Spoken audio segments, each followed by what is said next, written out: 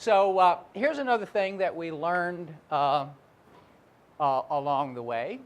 Took us a few years to figure this out. So like everybody else who works with young kids with autism, we realize that they respond pretty well, all things being equal, to more versus less structure. And we thought that structure was about having a routine for the preschool day and routines at home that adults followed. Turns out that's one definition of routine, but it's not the kind of level of rigor and a schedule that really functions as a preventive intervention around problem behavior for young kids with autism. So a lot of people get confused about routines. And they think that that means that by having a strict routine, you do the same thing every day. No, it doesn't mean that. It doesn't equal redundancy. Redundancy equals problem behavior, because redundancy equals boredom. And with preschoolers, when they're bored, they generally speaking vote with their feet or their fist or some other body part, telling you that they're not interested, thank you very much. And routine doesn't mean restricting stimuli. So it doesn't mean taking things off the wall that are potentially distracting. It doesn't mean working in a cubicle. It doesn't mean any of that stuff. That's not about routine. What we found that's important is to have actually 3 levels of routine if routine is going to function in a therapeutic way. And so we try to embed that routine within routine within routine throughout our entire preschool day, and we invite adult family members to do the same sort of planning at home. So here are some examples. The first routine that happens in a LEAP preschool at the beginning of the day is circle time. That's routine level 1. And every day begins with circle time. That doesn't mean that circle time looks the same necessarily, does it? It's just about a schedule thing. But here's routine within routine. So within the routine of circle time, the first thing that happens every circle time is what we call an opening song. And we cue kids to that opening song with a visual that is represented by this little chart. And it's an easel that has different routines that are going to occur each day during that opening circle time. So that's a routine within a routine. Kids know, first thing I do, I go to opening circle. First thing that happens in opening circle is the opening song, okay? That's not enough routine. You have to have a routine within a routine within a routine. And the example of that is, for the opening song, every opening song has the following 3 components. Kid gets selected to pass out props for the opening song. Who gets selected? One of the kids with autism. Okay? The kids sing a song, and then the same kid or another kid gets to pick up the props. That's routines within routines within routines. And if you organize a day at that level of, if you will, routine intensity, then, as it turns out, it acts as a great intervention around problem behavior. Kids can predict what they're doing, whether they're making progress, what comes next, right? When this is over, etc. So the second thing that happens every day in this opening circle time, there's an opening song. Then the second thing is a child choice song. That's a routine within a routine, right? And the routine within the routine within the routine is that there are 2 steps every day in child choice. A kid comes up, chooses among 3 or 4 options. If it's a child with autism, beginning of intervention, there's only 1 option on the board. All they have to do is come up, make a pointing response. We make it more complex over the course of the year. And then we have props, materials, and motor movement as kids sing the song. The last activity that happens in this first activity of the day is kids they're transitioning to center. But how they transition to center time is a routine within a routine within a routine. And what they do is the adult holds up a name card, kid comes up, sees his or her name card, they choose a center off of this little board, which is now the center visual cue that tells kids, this is what we're on now, this is the routine. They make a choice, usually with a peer, and they go off to play. And they put their center card on a little hook with a visual match. Now I'm in dress up, as an example. Okay? So that's an idea of routines within routines within routines. So here's a video example of this happening. And we're taking this transition routine, we're taking this transition routine for a little guy who is doing really well socially, but he's doing really well socially with 1 friend.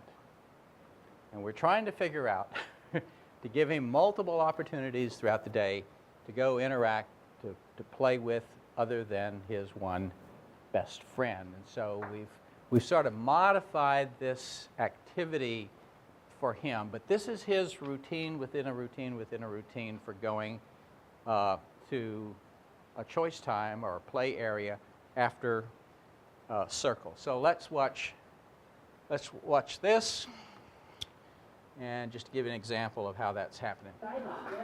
Hi, come see who your buddy is. Look in the door. Who is it?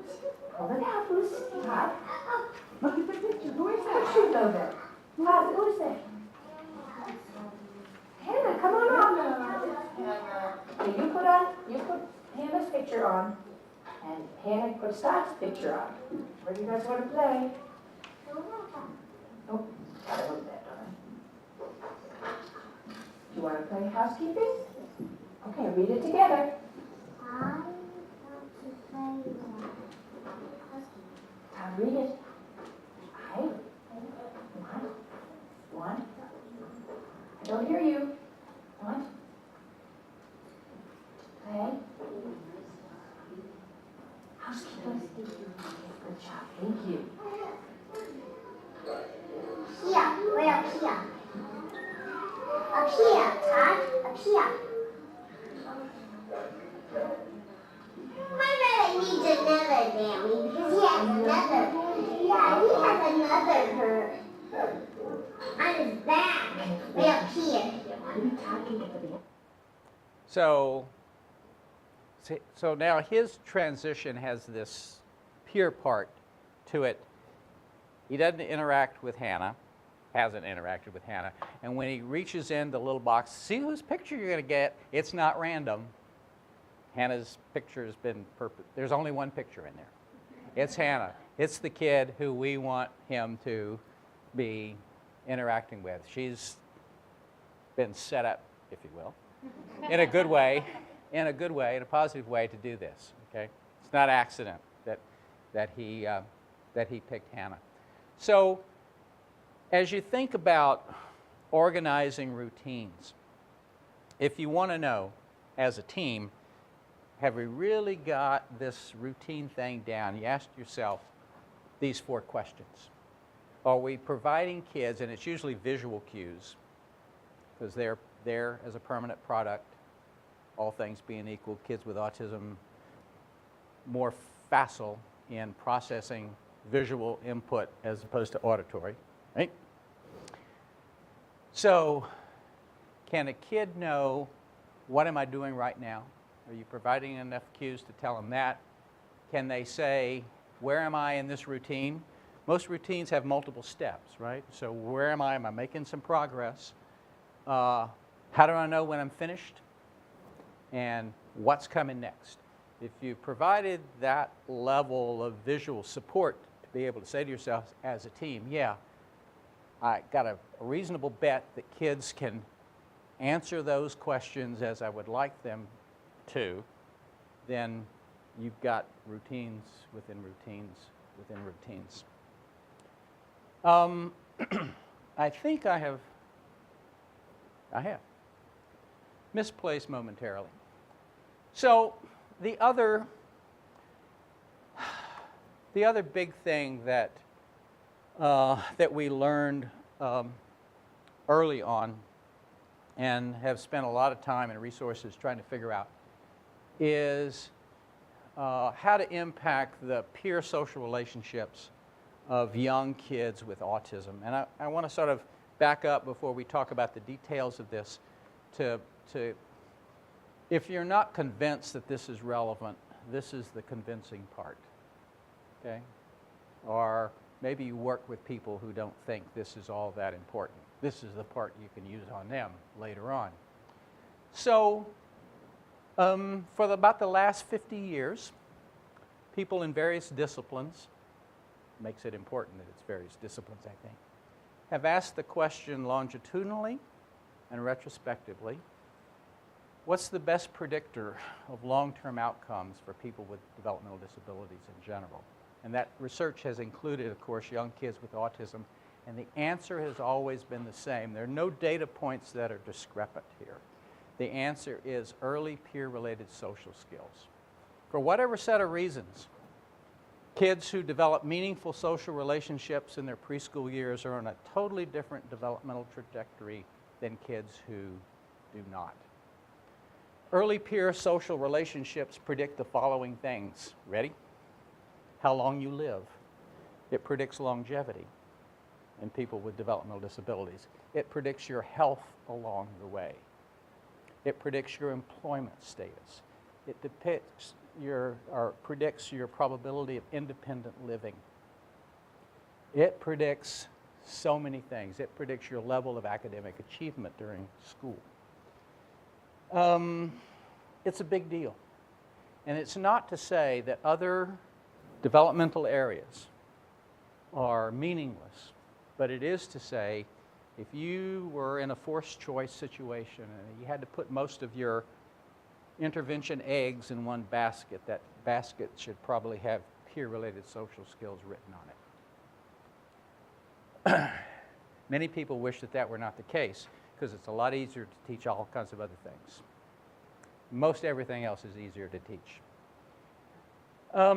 The other thing that we know about children's social skills in preschool is that it's a foundation around which all kinds of other skills get developed. So let me ask you this question. Chance to earn more money. Here's the question. When children are interacting with each other, what do they learn from one another besides social skills? What kind of learnings occur just in the natural course of 3, 4, and 5-year-olds interacting with each other? Go ahead. Yeah. Turn taking? Turn taking, but that's a social skill, right? Let's think not social. I'm sorry? New words. New words, you bet, especially for their mixed age groups. Imitation. They learn imitation, you bet. What else could they learn? Survival. I'm sorry? Survival. Survival. Could you give me $1? That's a withdrawal from the bank. No, that's true. What else? Behaviors. Behaviors like what? Manners. Play. Play, how to play with objects maybe, use of toys, materials. Think about this for a moment. Here's what I think is true. In the course of interacting with other kids, children have, just coincidentally and by accident, not on purpose, hundreds of thousands of instructional opportunities to learn dozens of different things. And if you don't have those peer-to-peer context, you've just lost the same number of instructional opportunities, and there are not enough adults in the world to ever make it up. That's probably why early peer social relationships are such a powerful predictor of all kinds of other later outcomes in life, or at least I think that's one reason. So kids who don't engage with their peers are doubly disabled, if you will. Not only are they missing out on social behaviors and friendships, meaningful relationships, but they miss all of these other informal kinds of learning opportunities that occur among young kids. The other thing that we know, not just about autism, but about kids with special needs, that it's the major defining characteristic. Kids with the most minor developmental deviations tend to be also kids with significant social relationship deficits. Give you an example. Kids who are now in the 6th grade, and when they see a noun with an S on it, they don't do S. Have a horrible life in school. They get scapegoated, they get teased, right? They get bullied because their behavior is discrepant. They look like they should know how to put a S on the end of a plural noun, but they don't. So it doesn't make any difference whether you have autism or severe disabilities or the most mild developmental deviation. What we know, and I'm not sure why this is the case, but we know for certain that this is a population, broadly speaking, of kids that have profound issues around their social relationships. And finally, if you're not convinced to run out of the room and start teaching peer-related social skills yet, this will probably catapult you into a rage. That my dear friend Lizbeth Vincent did a study about 20 years ago now, where she interviewed thousands of parent consumers of early intervention, and she asked them the following question: what did you get out of this experience that's most valuable to you after some years had elapsed and you had the benefit of time to reflect? And of course, when you ask a question like that, you get responses that are all over the board from families. But what is really interesting is that the most consistent theme is that parents said, well, you know, I knew this is all worthwhile when my neighbor called up and said, can Phil come over and spend the night? And I'm pretty sure these families hadn't read the developmental literature, hadn't tracked longitudinal studies on predictors of later life success, but they had an intuitive sense of what was really important for their kids and for their families. And I've always thought, maybe it's just my radical 60s upbringing, that, call it what you like, we're in the consumer business. And if the consumers say overwhelmingly that they want something, and you don't deliver on what they say that they want, you'll pay for that at some point in time, because you'll profoundly disappoint your consumers, I think, to your own peril. So, sermonette over on the importance of peer-related social skills. Now, what do we do about it? So, could I get a mystery volunteer from the audience, someone who hasn't ever thought about doing this in their life? Oh, here comes a mystery volunteer. So, the thing about social behavior that influences a lot of adults in preschool settings is the baseline or the entering behavior of kids with autism propels people to say, oh, I'll teach him his colors instead. Would you like to know your address? Would you like to know left from right? And it's not that people think that that other stuff is more important, is that they're faced with a baseline that's overwhelming. So let me just show you an example baseline. I'll pretend that I'm a 3-year-old boy with autism, okay? So what's a social skill that would be appropriate for me to engage in as I come in the classroom every morning? Yeah. Greeting. Greeting, yeah. Everybody, raise your hand. Yeah, swear, go to church on reading is a good thing. So I'll just greet my friend. How's that? You ready? Here's the baseline that you need to intervene on. Hi, hi, hi, hi. How did I do? You're the consumer here. You can be honest. Not so well. Not so well. Could be improved. Not so well. Okay, you're done actually with your event. But there's no worry, because I'm sure you all are saying, oh, we have the FIU social distancing curriculum. It's right there up on the shelf. I'll just pull that off. Or do you? Maybe you don't. Or maybe you have the special South Florida voice volume control curriculum where you like teach kids, okay, there's a little dial on your chest, just turn that sucker down. Or perhaps you're in a program that like takes rate data, and I will be the best kid on the planet in the class because I said hi 850 times to 14 other kids. Sometimes the baseline that we're faced with causes people to drop back 13.5 yards and punt the ball to another developmental domain, doesn't it? Don't mean to be accusatory. Well, yeah, I do. But I'm self-blaming at the same time. We did a lot of that ourselves, you know. I'll teach you your colors instead. I got that sucker down. So sometimes the challenge gets a little overwhelming, and we go to a plan B that's not necessarily the best plan B. So here's a way out of this thicket. So about 25 years ago now, we did a longitudinal study of several hundred preschoolers with and without special needs, with and without nominated friends, reciprocal friends. That is, I ask you who your friend is, you say Phil. Phil, who's your friend? I nominate Bud. Now, a lot of kids think they have friends, right? Friendship is about reciprocal friendship. It's not about, I think you're my friend. It's like, I think you like me.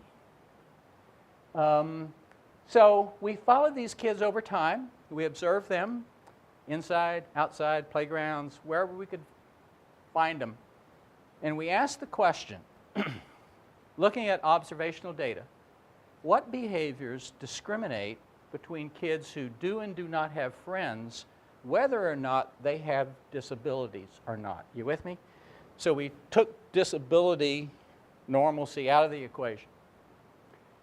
What predicts, regardless of that status, having a friend? And when you ask that question, and you ask it at the level of discrete behaviors that you can reliably measure, you get 4. Play organizers, it's a 25-cent word for, if you're a preschooler, it's usually let's statements. And if you're a boy, it goes something like this: let's play trucks. And we'll roll our trucks back and forth, and then poof, you're dead. I forgot to tell you, it's a drive-by truck shooting kind of thing, and boys turn it into some violent theme, and adults get all, hyperplectic and, veins sticking out in their neck, say, oh my God. Don't worry, we get over it. Some of us don't, and dress up in camouflage when we're 43 and kill things, but anyhow. But if you're a girl, if you're a female, it starts off like this. It starts off with let's, but it doesn't in there. Let's play trucks. Okay, here's what's going to happen. You're going to be driving up I-95. You're going to go into her gas station. You're going to ask for diesel. You're going to have to come out and change the tires because, right? And then what happens is the girls step back, who organized this sucker in the first place, and watch for rule violations that may occur in the next few minutes. Now, one of my ex-wives told me that this was a pattern of behavior that persisted over time, but I'm not sure about the source. So I'll let you judge for yourself. This is actually one area where there are real gender differences, and why, all things being equal, not only are 3-year-olds better than 5-year-olds as peer intervention agents, but girls are better than boys because their play is more organized. It's more predictable. There's more routine to it. There's more structure. Where we change it up. You know, it's like, you know, we may be 30 seconds on this theme and we're off with our Y chromosome doing something totally different. And if you're having problems figuring out the social world, that's a world that's a little more complex than the play world that female playmates might organize for you. So that's play organizers. The kids who had friends, not surprisingly, shared stuff more. Not only did they initiate sharing, oh, look at this, but when asked, would reciprocate. And then there's assistance, and there's all kinds of topographical forms of assistance. We could be at the computer, and I could say, oh, punch this one. Or it could be more preschool, you know, a peg puzzle. And you're having problems putting the pegs in. I could say, try it there. That would be one form of assistance. We could be out on the playground, and this is a pre-lawyer playground for preschoolers. And there are those dangerous things called slides that are still available. And, you know, a kid is like on the top rung and just trying to get their tush up and down the slide. And you might give them just a little, not in the space, but a little gentle tush push as the child thinks about probability of closed head injury as they land on hard surfaces. Like I said, this is before lawyers and playgrounds came together. So assistance has all kind of different forms, but you get the concept, right? So kids who had friends did more assistance or helping one another. And then there's all kinds of affection that occurs that's really cute and sweet in preschool, but there's only one kind of affection that actually influences friendships, and that's boo-boo related affection. And boo-boo related affection, let's go back to a pre-lawyer dangerous playground. You remember merry-go-rounds? Those things that went really fast? Oh, I love them. And so I could be on a merry-go-round, and you're my best buddy, and come on, you get on, go ahead. And I'll reach out your hand, and oh, I'm a little sweaty, and you're off into space, and you fall down, and you really don't hurt yourself too much, but your ego's bruised, and you're worried about people having observed your fall. And I'm your best buddy. And this is your best buddy number 2. You observe her fall. I observe her fall. We both saw it. Now, I, in a moment of, well, let's say I'm in touch with my female side, I come over and I say, that's okay. That's boo-boo related affection. And boo-boo related affection is like a behavioral earthquake. It doesn't happen very often, but you'll store that event in your central nervous system. And if somebody asks you, even a couple of weeks after that event, who's your best buddy? And theoretically speaking, the 3 of us have had the same amount and quality of play organizers, shares, and assists. The only thing that's varied is this one episode of boo-boo related affection. She continued to spin in kind of a self-stimulatory moment of glee. But I saw your pain, kind of like Bill Clinton, and came to your rescue. Who's going to get the nomination as the best friend? I'm going to get it 100% of the time. And it's a good lesson for those of us who work with preschoolers that sometimes infrequent occurring behavior is the most important behavior. It's not necessarily the behaviors that occur all the time that should concern us. Now, someone told me early in my career that you can't arrange a preschool environment to systematically create the opportunities for boo-boo related affection. You might go to jail. So we had to modify that. Sometimes the evidence is not directly translatable into intervention, and this is one, right? But just to let you know. Now, if the world ended there, social skills intervention for preschoolers would be really easy, right? You could say, all I need to do is teach kids to initiate, play organizers, do some sharing, some assisting. Well, we've got to do something with boo-boo related affection, but we'll figure that one out. If you just ended there, it would be really simple. But I'm here to tell you, you can do those behaviors a gazillion times a day and you'll never have a friend. Because there are more pieces to this equation. It's kind of like that multiplicative equation that we talked about earlier today.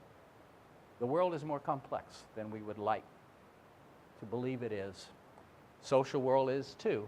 So here are some other things that you have to have in place if you're going to have a friend.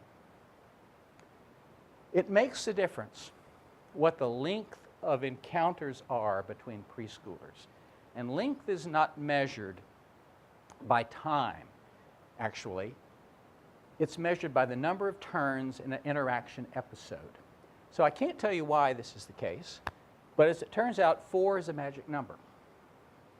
So we could do this, we could share like this, 4,823 times a day. We will never be friends. Here, you could take it. That would count as 2 turns. I initiated, she took a hold. If we get to 4, back and forth, the magic starts to happen. Let's try to get to 4. So, here. Oh, okay, I think I'll have a drink. Well, let's get beyond 4. We're going to go crazy. So 5 is better than 4, and 14 is better than 5. You hear what I'm saying? But 4 is a threshold. Again, I can't tell you why. We could speculate. Something different happens psychologically in the experience of young kids when they have more lengthy interaction than brief ones. And it's those kids who have this 4 and above who have friends. And if you think about a lot of kids with autism, they do play organizers, shares, assist, sometime affection, but do they get to 4? Sometimes it's just this flirtatious kind of thing. Hi, we're done, right? Seen that a lot. And it's not that that behavior isn't a meaningful step towards 4, but if you want to engage in self-congratulatory behavior, before you get to 4, you've made a mistake, because kids are not at a point where there's a reasonable probability that they're going to have a friendship and meaningful social relationship. So you can do all those behaviors. You can do the lengthy encounters too, and you'll never have a friend unless there's another component to this, and that's reciprocity. And reciprocity is an interesting phenomenon to study developmentally. It's interesting that neonates and their primary caregivers are exquisitely reciprocal with one another. Their interactions are this perfect dance back and forth. But by the time you're 3, there's a different sort of definition that emerges. And reciprocity kind of has this fairness notion that kids carry with them. And basically it means that to have a friend, you have to be initiating as well as responding. And if you think about a lot of kids with autism or other developmental disabilities, if somebody initiates, they will respond. They might even maintain that over 4 turns. But do they ever start the interaction? Do they ever plan the play? If they don't, the data suggests they'll never have a real friend. It's not that their behavior hasn't changed, and that's not a trivial thing, but you won't get to the ultimate outcome. And what we found in our study is, again, kind of a threshold. Here it's not 4, it's a 30-70 threshold. So we found no kids who had friends who did not initiate at least 30% of the interactions. So, I've given you some alternatives to writing those criterion statements on IEPs. And instead of that silly stuff like 80% of the time, you got a science-based set of numbers here. How about at least 4 turns in an interaction episode? And how about eventually getting to where you're starting interactions at least 30% of the time? That makes sense to you? So it's actually a little bit more complex than Phil would like it to be. But nevertheless, that's what we think is important. So how do we go about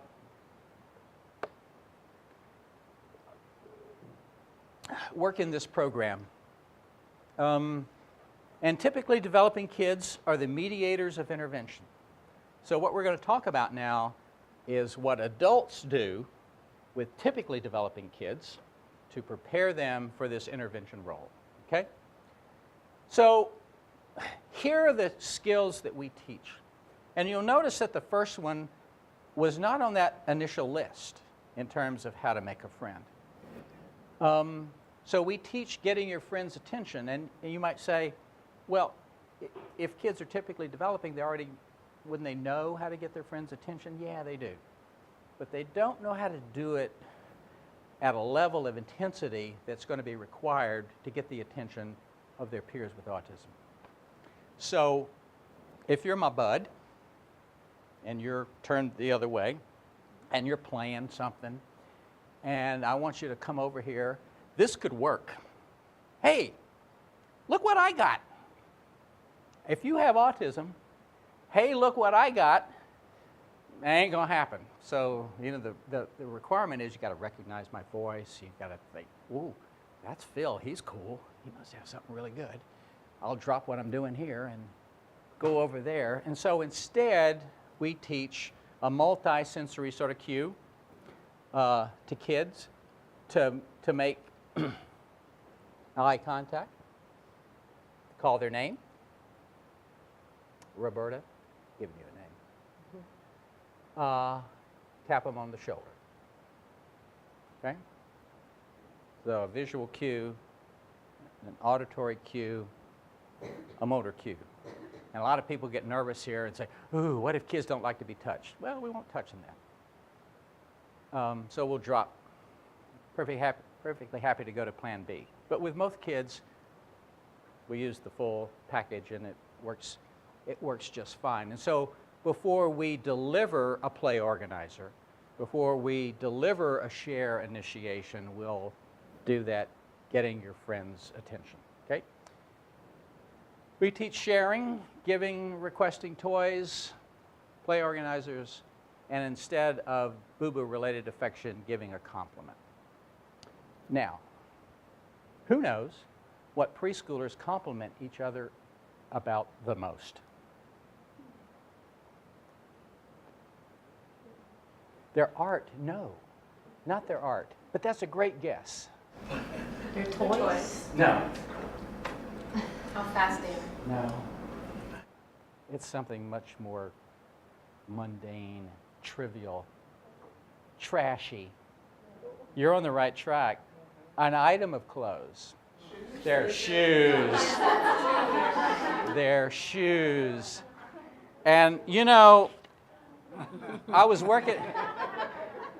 asked this question to an audience. It was a big group of people, I don't know, a couple of hundred people in Canada once.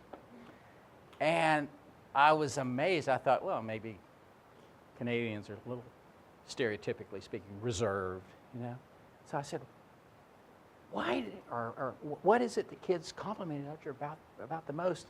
And almost to a person is like this huge choral responding, their shoes, eh? They all like had the answers. Like, wow, people in Ontario are amazingly smart or something. Are real like shoe freaks or I don't know. And then I asked the follow-up question, why? And about half the audience responded chorally, because they light up. It's like the only thing that's like So, well, in your face. Well, anyhow. So now, if you get nothing else out of this workshop, you have a trivial question at the bar tonight. What is it that preschoolers compliment each other about the most? It's their shoes. Now, we don't teach kids to compliment about shoes. We do teach kids to compliment one another about productions that they do, their art, the tower that they built, whatever. So we do this in a role play and rehearsal fashion where kids get practice doing it the right way and doing it the wrong way.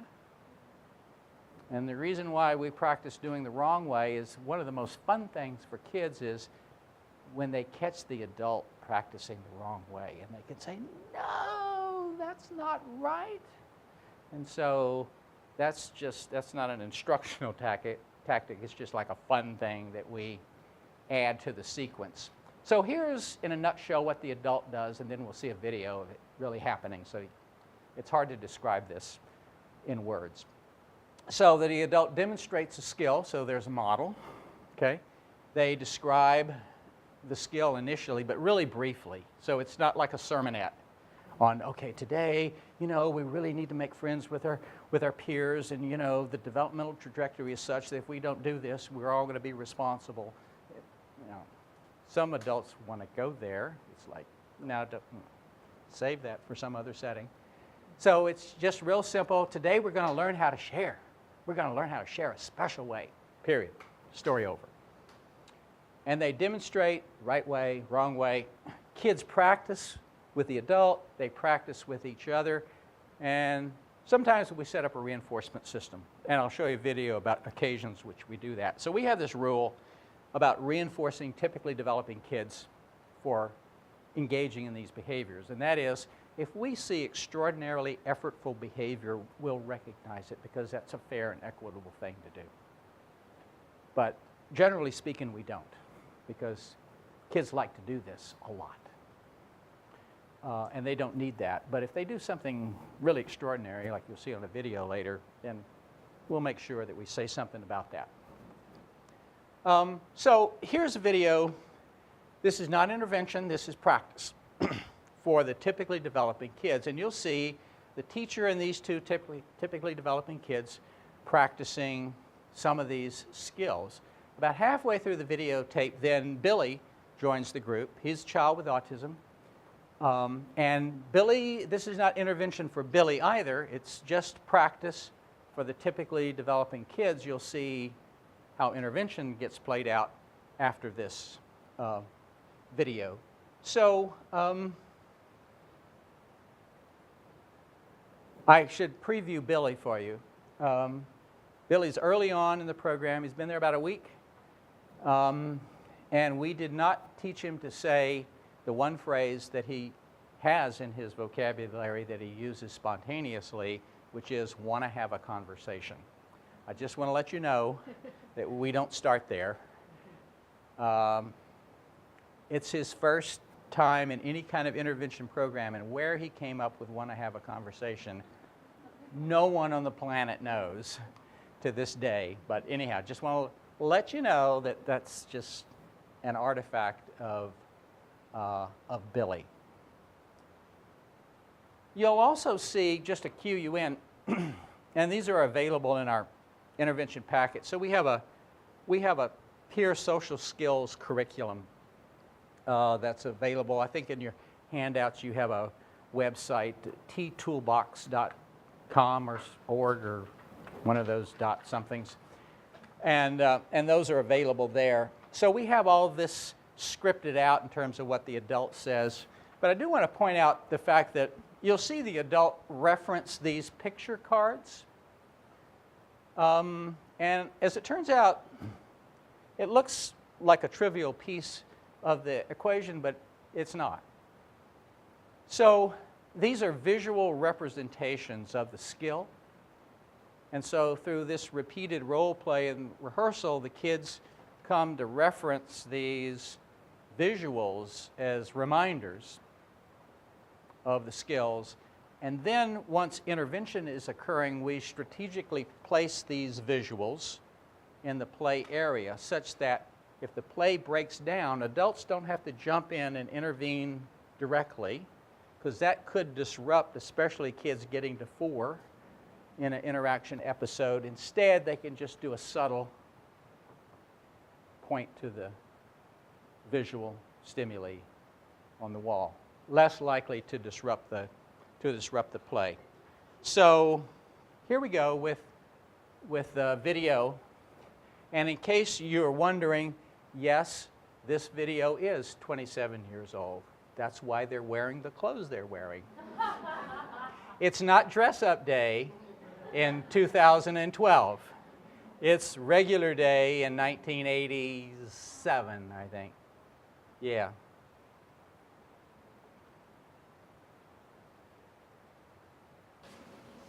Picture here. I hung up the picture, and he's tapping his friend on the shoulder and looking at his friend, and he's calling her name, right? That's what we get your friend's attention. Okay, let's practice. Let's pretend I'm your friend. Oh, I'll practice first. Let's pretend I'm your friend, and I'm going to get Jacob's attention. And Gina, you tell me if I do it right, okay? Jacob. What? Did I do it right, Gina? Right. Why did I do it right? Because I... I looked at him. Very good. Okay, now Jacob, you tell me if I do it right with Gina, okay? Gina. What? Did I do it right, Jacob? Why did I do it right? Because you look at her and tap her on the shoulder and call her name. Perfect. Absolutely right. Okay. Now today, we're going to learn how to play with our friends a different way. Sometimes our friends in the classroom don't know how to play with their other friends. And we want to help them, right? So what we want to do, a really good way to get our friends to play with us, is to share with them. And to share with them, we need to get their attention first, like we learned yesterday, and then we need to look at them and hand them a toy or food and say, here. Okay? So we need to get their attention, look at them, hand them a toy and say, here. Or food. That's right, or food. I'm going to hang this one up here right behind Gina. And if you guys forget, I'll point to it and I'll say, remember to share with your friend. Okay, now let's practice. Pretend I'm your friend and I'm going to share with Gina. And you tell me if I do it right, Jacob. Gina, here. Did I do it right, Jacob? Yeah. Why did I do it right? Because you looked at you looked at her and tapped her on the shoulder, called her name, and gave her a toy. Very good. Perfect. That's right. Now I'm going to try it with Jacob, Gina, and you tell me if I do it right. Okay? Here. Did I do it right, Gina? No, why didn't I do it right? I didn't get his attention first. Right. I didn't look at him and tap him on the shoulder. Okay, now let's try it again. Let's see if I do it right this time. Okay, Gina? Jacob. What?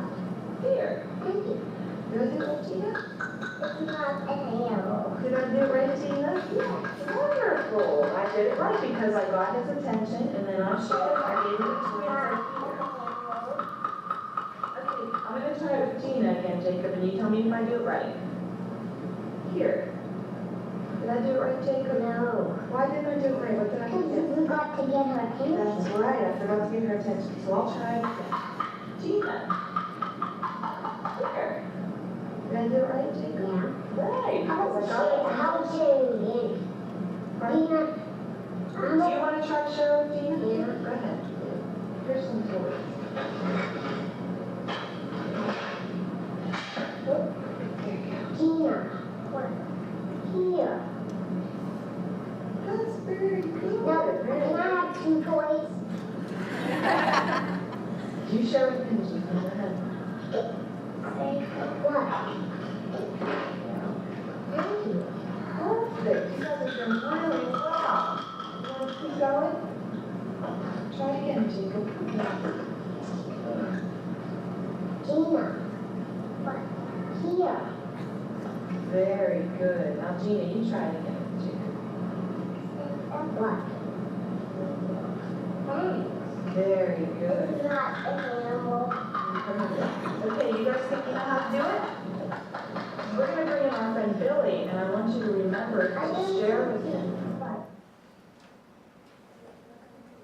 Remember to give us attention. Very good, Jean. Very good. Yeah, remember to give his attention when you share.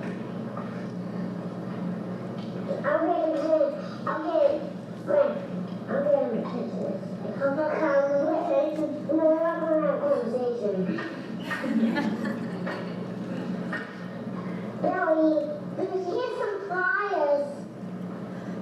Good, Jane. Take it apart. Take it apart. Take it apart. He wants to take the pliers apart. He does.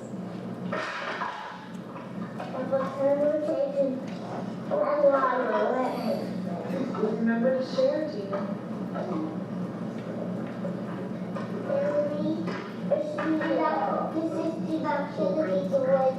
Very good, Gina. Nice sharing. Jacob, remember to share with your friends.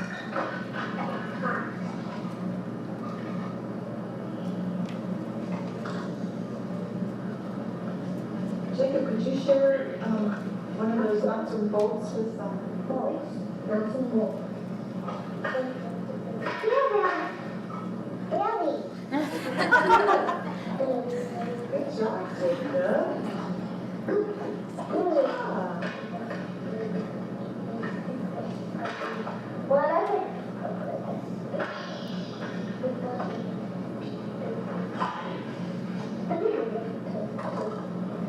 Remember to share. Remember the picture we have. Share. Billy Seal.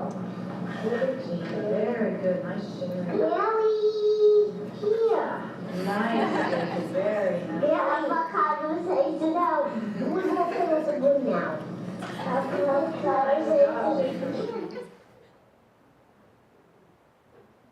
So, besides want to have a conversation, what are your impressions? What did you see that stood out? The repetition. Repetition of practicing, yep, you bet. And this is just practice for the typically developing kids at this point. The positive reinforcement. Yep. By the teacher. Yep. She was piling it on. They're just learning this at the very beginning. As you'll see in a moment, they don't need this. Not ad nauseum for sure. What else? Pick it up right away. Yeah, they did. Yeah, you bet. And let me ask you this. Billy responding to share initiations? Yeah, he was taking stuff, by and large. But did Billy initiate? No, he's 0 on the initiate. Did they ever get to 4 turns in interaction episodes? No, they got a ways to go. You bet. So it takes about a week and a half to go through this social skills curriculum where the kids learn the play organizers and the shares and assists and et cetera, the complements. And then they're ready for prime time. And here's what prime time looks like. So our, if you will, choice time or free play time in LEAP Preschools are about 45 minutes in length. And ideally, we'll divide those 45 minutes into 3 separate times with 3 separate activities. So simultaneously, we'll have 3 different activities going on. And kids will rotate across those activities because, again, in the interest of generalization, it's not just about being social with dress-up clothes. It's not just about being social with the kitchen, toy kitchen equipment, right? It's not just not about social with just with balls and trucks. It's about all kinds of people and toys and materials if you're really going to be socially competent. And so that's why we do that switching every 15 minutes to maximize the generalization possibilities that kids have. And we'll set up these 3 areas around socio-dramatic themes. Why? Because we know from the developmental literature that most typically developing kids' play is more organized, sustained, and positive if they are involved in some socio-dramatic activity. It's kind of the glue that holds their play together. So it's stuff that you would expect, you know, playing doctor, playing farmer, playing ski instructor in Colorado, or whatever, you know, mountain climber, extreme snowboarder. We do all kinds of stuff to fit the ecology. I guess you could have snorkel here or something that folks could relate to. So that's why we set that up like that. So that means that free play is only in name only, right? So it's not like kids can go just do whatever. We really try to structure that in a way that's going to be maximally supportive of implementing this peer-mediated intervention. So here's that happening. There are 3 boys in this sequence. There are 2 typically developing kids. They've been doing their intervention role for a little over a year now, so they're good, admittedly. And the little boy in the Superman outfit is a young person with autism, and he's been in the program about 6 months. He's not necessarily a high flyer, but this is kind of about what you get after 6 months of intervention. And they are doing barbershop. That's the sequence here, and you might notice the difference in adult behavior now from that initial training sequence to now we're doing this live and in living color. This is intervention happening. And another interesting thing that you'll notice is that once you teach typically developing kids a small subset of skills, they take that knowledge and they blow it up, I don't know, 100 times bigger than it ever was. And so they're doing stuff that we never directly taught them to do, but that play organizer and share and assist stuff, you can kind of see, if you watch carefully, they're doing it, but it's more of kind of a fallback mechanism now. They're sort of running this play on their own. All right, so here we go with barbershop. Barbershop is also about 27 years old.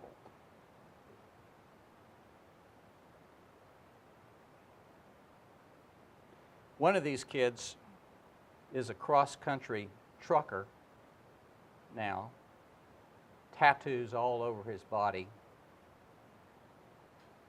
If you can identify him, maybe that's worth $1 too.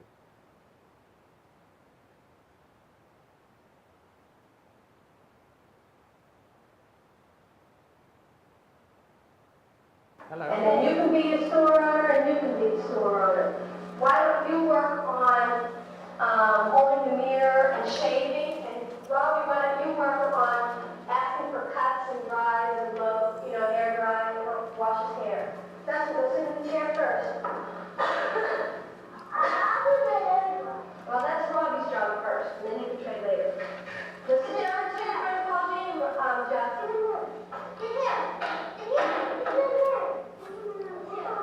And then Christopher, you called in. Come on in. Please put your head down.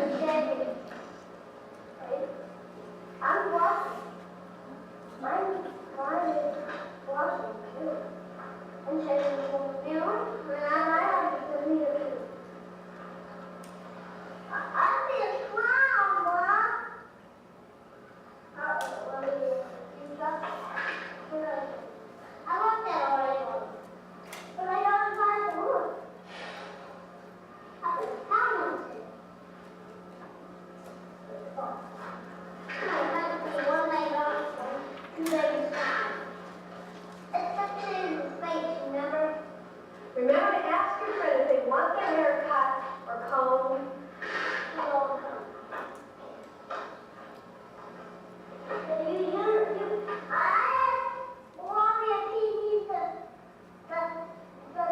Okay, ask the customer though. Customer you have to ask. Do you want to shave? Yeah, okay. Shave? Who cares? I know, I'll come to you. One in the office, one in between one. Yeah. Okay, this is wow, I'm going to shave. I want to be inside.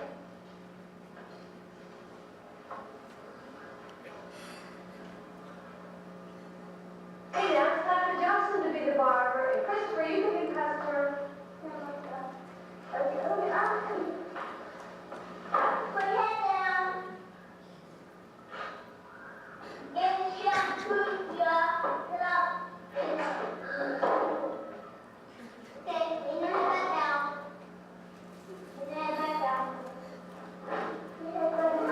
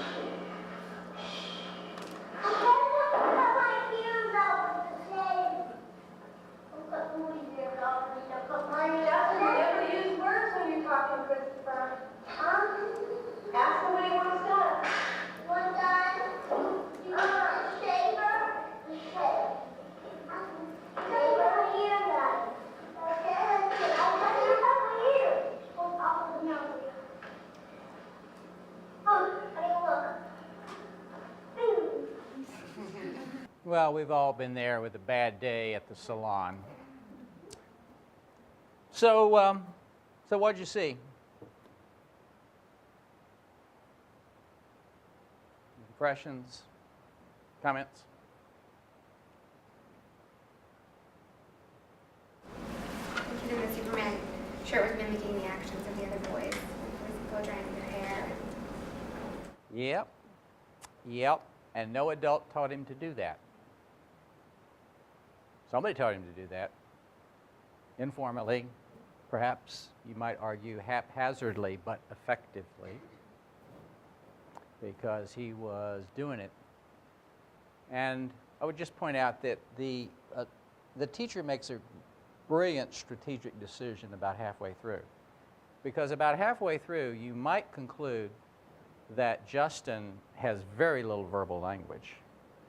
But if you think about it, he was in a role, the customer, that only required, where it was only obligatory to engage in one-word responses, yes and no. Do you want? Don't you want? But then he becomes the barber, and please put your head down, let's shampoo ya. He kind of like goes through the whole thing. And what's important to note, it's that role that, if you will, elicits that verbal behavior. So we do this intervention 45 minutes a day during free play, and then at other times of the day, we'll embed 100 peer social response opportunities.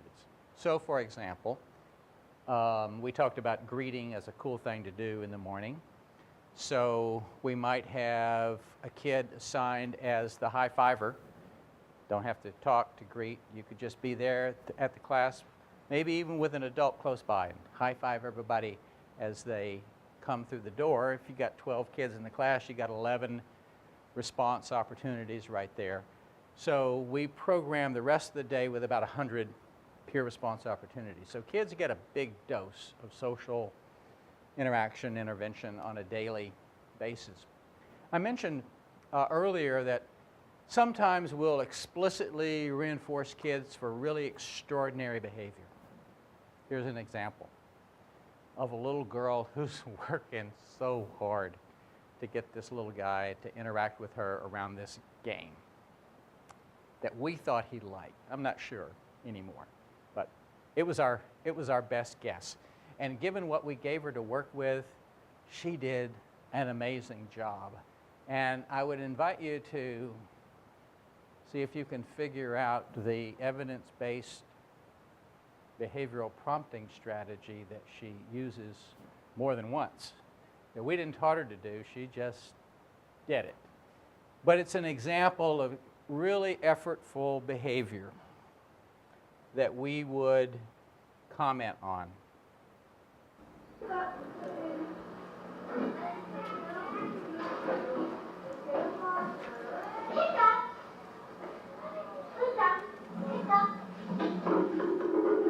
Yes, good. Tell him you're picking up. Tell him he's doing it. Matthew.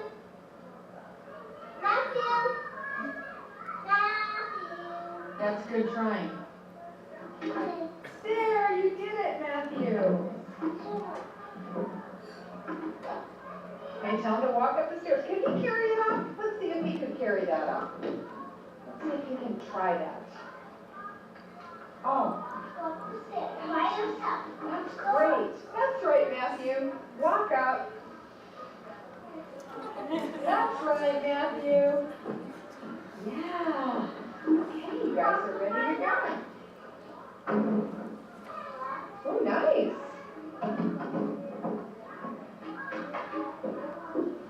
Hand it one, Victoria.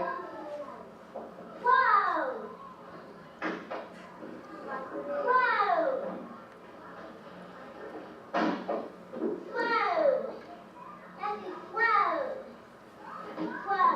Uh-oh, did he do it? No. Well, tell him again. Blow it. Throw it. There, yes. Blow it. Good throwing. Blow. So Victoria's working pretty hard, right? Yeah. Yeah. And the strategy, prompting strategy that she's using? His name. Hand over hand? No. His name and telling him. No. Cueing. There's lots of working here. He's touching it. Least to most prompts. She starts out with minimal prompting and then goes to higher level of prompting when he doesn't respond. Yeah, that's kind of like the ultimate level of prompting. So after this is over, the next time there is a group of kids around, Victoria would have gotten a superstar. At the end of this, we would just say, "It's so good," little superstar. And then we'll recognize that publicly, like last little, goodbye circle at the end of the day. Victoria, what do you have? Come up here. Victoria, why do you have a superstar? And it, we'll kind of coach her to tell everybody, because I helped so-and-so play with the balls. Wow, she did so good. A big round of applause for Victoria. And yeah, so we do like a public reinforcer kind of thing. And it's the only time we do stuff like that, which is an important message to deliver to kids because it says to adults, what's the most important thing that you value in this classroom? You value kids helping one another. It's an important message to deliver, I think.